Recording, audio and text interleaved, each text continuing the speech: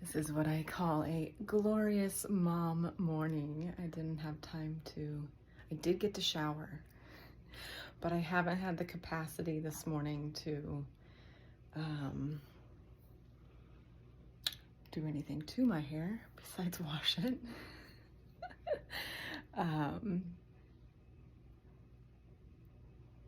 And my son has been sick, and in sickness in our house comes a bit of melancholy.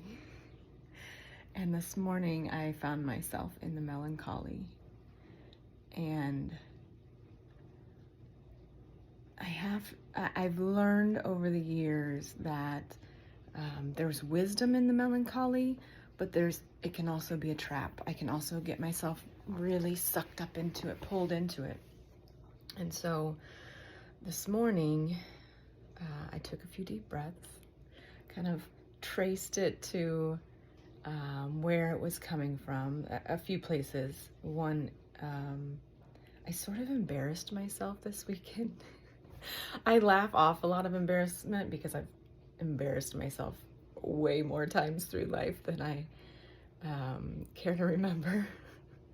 But embarrassment is embarrassment, and it's human nature to feel kind of this retraction after we embarrass ourselves, like wanting to go and hide or wanting to run away or something like that. So I was feeling a bit of that, but I was also really feeling this prison that we live in, and I wanted to reflect on it. And I have to tell you, like, the coffee's dark this morning. Before I proceed, it's pretty dark.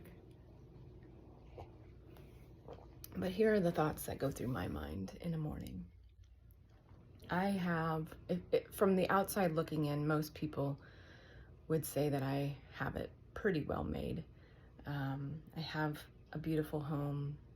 I have a beautiful son. I have wonderful neighbors.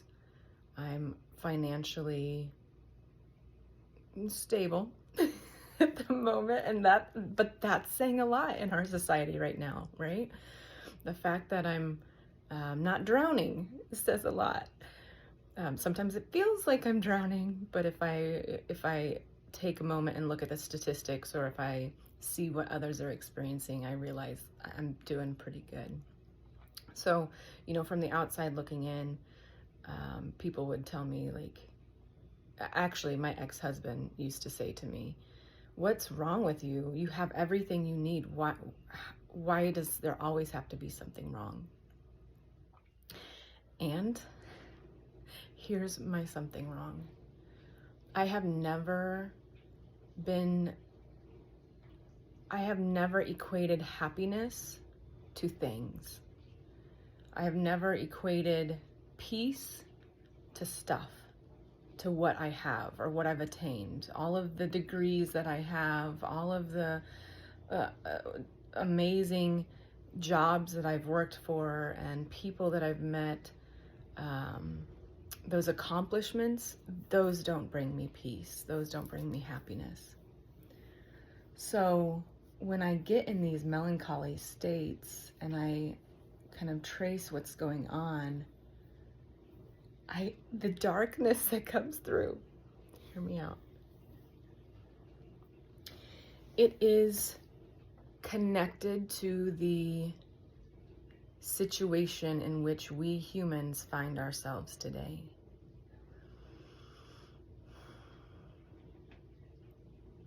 This is a prison.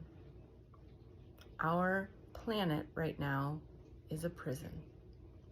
We're stuck on it. We can't get off.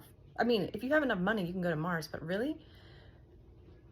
You're still in a prison. You're still stuck in a capsule, or, doing something to get yourself out of here, right? So, I mean, it's something that we're always trying to escape, or convince ourselves that the prison is okay for us to continue another 40 years, another 50 years. But it is. And if I think about it and rationalize, I've got it pretty well made in this prison. I'm comfortable in this prison. But when I think about the people And I know without a doubt that my freedom is tied up in your freedom.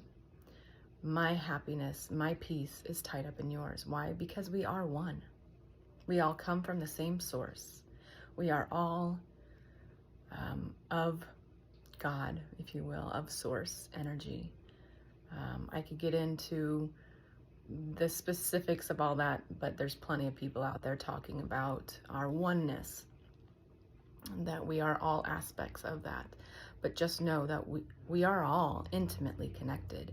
And I've realized now that that specifically brings on more of my melancholy, more of my depression than anything else at this point, is just the state of the world, the state of my loved ones.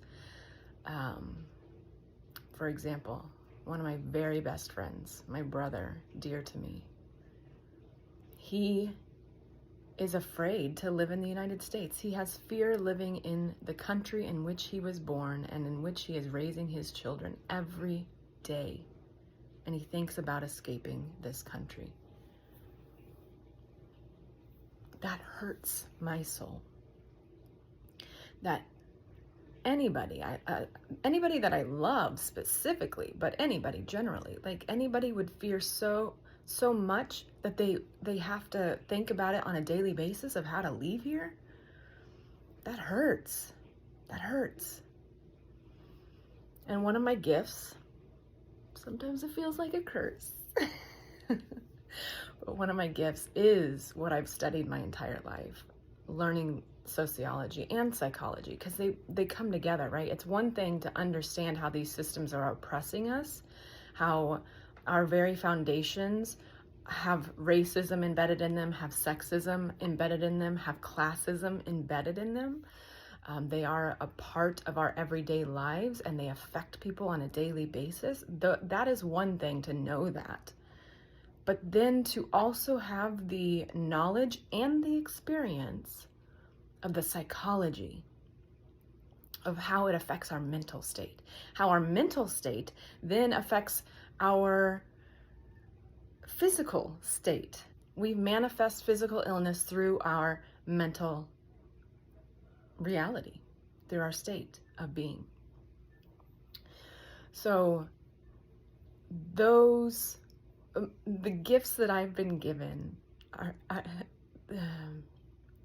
have brought me this great awareness, and it also brings my melancholy, because I am this morning reflecting, and I'll get off here shortly, and in this space of melancholy, looking out the window, thinking about this prison, and I feel hopeless in some ways. I feel as if, like, how do I help right now? How do I help? I have all these gifts. I've tried to offer them. And also, I should say that my life has always been a journey of faith.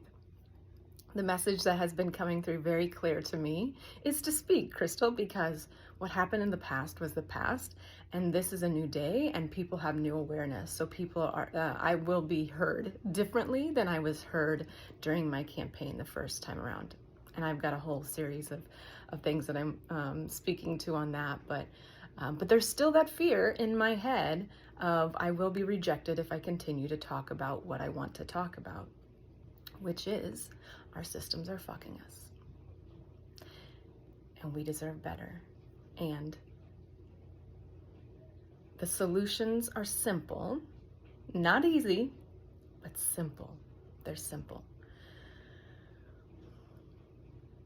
It's not easy because we're all programmed. We are all socialized into what we're experiencing today.